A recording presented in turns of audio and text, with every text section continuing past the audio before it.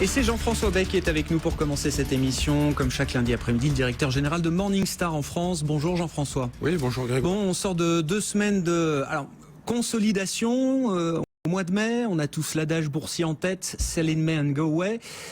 Est-ce qu'on se pose encore la question à ce stade? Après, je le disais, 2 semaines de consolidation. Est-ce que le mouvement de baisse là peut encore prendre de l'ampleur? Oui, ben c'est un petit peu. On a beaucoup d'intervenants qui se posent la question, puisqu'on a eu un début d'année qui était assez difficile, puis on se retrouve dans une période estivale qui va nécessairement en fait manquer d'acheteurs. Manquer de volume. On va rentrer dans la période d'été et déjà les investisseurs internationaux sont pas très présents depuis le début de l'année. On a des chiffres de collecte Morningstar qui montrent qu'il y a une très forte décollecte sur les actions européennes et qui continue en fait. Sur les actions européennes en avril et en mai. Mais on est sur un rythme, sur la première semaine, de 4 milliards de décollecte. Donc c'est des chiffres qui sont assez importants. Et sur avril, on était à 2 milliards de décollecte, rien que sur les actions européennes. Donc en estimé, on voit que le rythme de sortie se poursuit sur les actions européennes, plutôt en faveur des marchés obligataires. Et donc du coup, les investisseurs disent ça y est, est plié, c'est trop tard, on arrive au mois de mai et il n'y a plus grand chose à faire.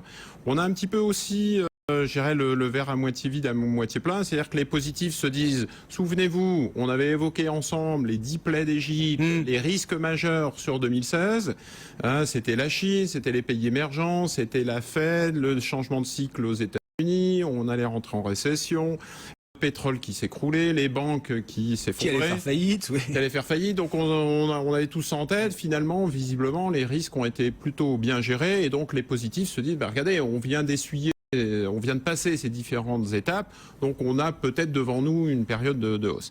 Et puis à l'autre bout de la chaîne, on a plutôt des pessimistes qui se disent mais attendez, les solutions, les risques ont été passés uniquement à cause des banques centrales. Tout ça n'est pas du tout fondamental. On reste encore dans un environnement technique. Qui a sauvé le marché américain à part la Fed? Qui a sauvé le marché européen à part On recule pour mieux sauter. Voilà. On recule pour mieux sauter. Et puis, honnêtement, les résultats macroéconomiques n'ont pas été extraordinaires. Est-ce que vous allez acheter aujourd'hui des cycliques en voyant les indicateurs chinois la semaine dernière? Je vous dis que les exportations ont baissé de 2% et les importations chinoises ont baissé de 11% en avril. Donc la Chine reste encore une problématique. Ça faisait partie des 10 risques évoqués. Et en plus, eux-mêmes, ils commencent maintenant à s'inquiéter de la relance par la dette. C'est un officiel chinois qui parle au quotidien du peuple. Donc là, le canal de transmission, on va dire, quand même d'une certaine communication du gouvernement. Jusqu'à présent, ils ont relancé par le crédit, en baissant les taux.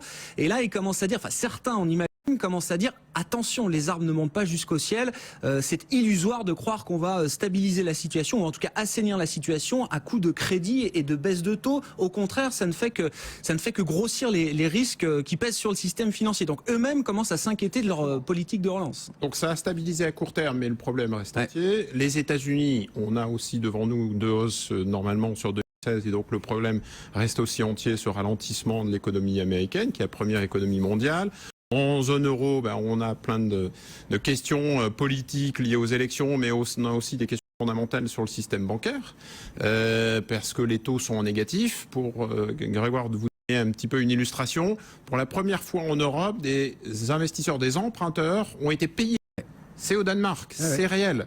Donc on a emprunté, on a reçu de l'argent. Demain, vous allez emprunter et louer une voiture, on va vous donner de l'argent. Ça vient complètement chambouler le système bancaire et assurantiel, parce que les assureurs sont aussi coincés par ces taux négatifs. Et donc on voit que difficile d'imaginer des investisseurs se précipiter sur les valeurs financières dans cet environnement de taux négatifs. Et donc il reste... on se focalise sur des valeurs défensives, locales, qui finalement tirent assez bien leur épingle du jeu.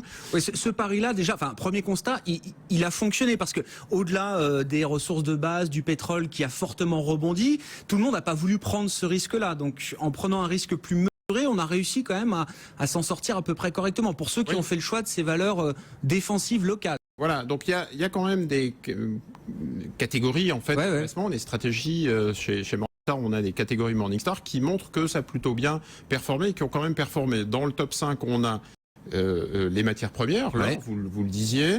On a aussi les marchés émergents, la dette émergente ou les actions émergentes qui ont bien rebondi. Je pense notamment à l'Amérique latine ou à la Russie. On a aussi l'immobilier qui a plutôt bien performé, c'est plus 4%. Et puis on a aussi le high yield et les emprunts d'État à long terme, les emprunts européens. Donc ça fait quand même 3 stratégies refuges sur les 5, dans le top 5. Hein. Quand vous avez l'immobilier, les emprunts d'État et l'or et les matières premières, ça vous fait 3 stratégies refuges. Donc on voit qu'il y avait quand même des performances à aller chercher. D'ailleurs, on est plutôt chez Morningstar de les avoir identifiés, mais ça montre bien que l'environnement est quand même très prudent. Dans les flops et dans les performances qui sont très négatives, malheureusement, on a 3 stratégies, 3 marchés européens. L'Italie en tête à moins 15%, la Chine, le Royaume-Uni à moins 10%, le Japon et l'Allemagne à moins 9%. Donc on voit que l'Europe est clairement dans une phase de crise où les investisseurs internationaux, on le disait tout à l'heure en début de rubrique, ne se précipitent pas sur ce marché qui présente énormément d'incertitudes. L'autre élément qui vient corroborer ce que je viens de dire, ce sont les marchés de taux. Vous savez que j'aime bien regarder les marchés obligataires. Les marchés obligataires aujourd'hui, c'est du 0,15% de rendement sur le 10 ans allemand et sur du 3,35% de rendement sur le 10 ans portugais. Donc on a toujours un peu cet écartement des spreads entre des pays d'Europe du Sud qui délivrent des rendements assez élevés et l'Allemagne qui est toujours sur des niveaux de rendement qui sont très faibles. Donc c'est-à-dire que les obligataires eux-mêmes n'y croient pas tellement. Si vraiment les obligataires croyaient à un rebond fort de l'économie européenne, on aura un mini-crack sur les taux allemands comme on l'a déjà eu l'année dernière. Hein, on repartirait vers les 1%. C'est pas la défiance systémique qu'on a eu il y a 3 ans sur la zone euro, mais c'est plus une interrogation sur le potentiel. Là. Voilà. L'autre élément aussi qui illustre l'élément technique qu'il faut regarder, c'est la volatilité. La volatilité sur le CAC 40 et sur les marchés, c'est complètement écrasé. C'est-à-dire que la baisse récente s'est faite sans volatilité, ce qui est assez amusant, ce qui montre bien qu'on est toujours un peu dans du range trading. Donc nous, Morningstar, malheureusement, on ne change pas de position et d'allocation. Vous allez dire pas changer, c'est déjà... c'est une décision, bien sûr, oui, c'est une décision. Donc toujours sur des défensives locales, toujours sur la diversification internationale, l'or et le high yield. Alors je vois tout de suite arriver votre question. On allait dire, mais défensive locale, si on peut avoir quelques exemples. Vous n'êtes pas là pour faire des recommandations sur des dossiers en particulier, mais quelques exemples quand même qui parlent. C'est des dossiers, des entreprises qui ont des contrats, qui ont cette visibilité, qui ont un comportement obligataire lié aux contrats pluriannuels qui ont été signés. J'en veux pour preuve l'immobilier. Clépierre, Unibail, ce sont ou Vinci, des sociétés qui apportent cette visibilité. Les télécoms, Orange, Bouygues ont ces contrats pluriannuels. J'en veux pour preuve la santé, Bayer, Sanofi ont aussi négocié des contrats et aussi les services publics. Donc c'est Sodexo, les cantines, etc., etc. On dit souvent, enfin ces contrats finalement, ça revient à jouer un contrat obligataire presque, c'est ça Oui, c'est tout à fait. C'est-à-dire que c'est ce qu'on appelle un proxy bonds, quoi. Voilà, quelque chose qui permet de jouer une stratégie obligataire en étant quand même sur des actions. Voilà, vous avez une certaine protection et une visibilité parce que vous connaissez les contrats qui sont accumulés par la société. Local parce que ce sont plutôt des contrats français européens, donc il n'y a pas de risque chinois, enfin, ou en tout cas ils sont plutôt limités.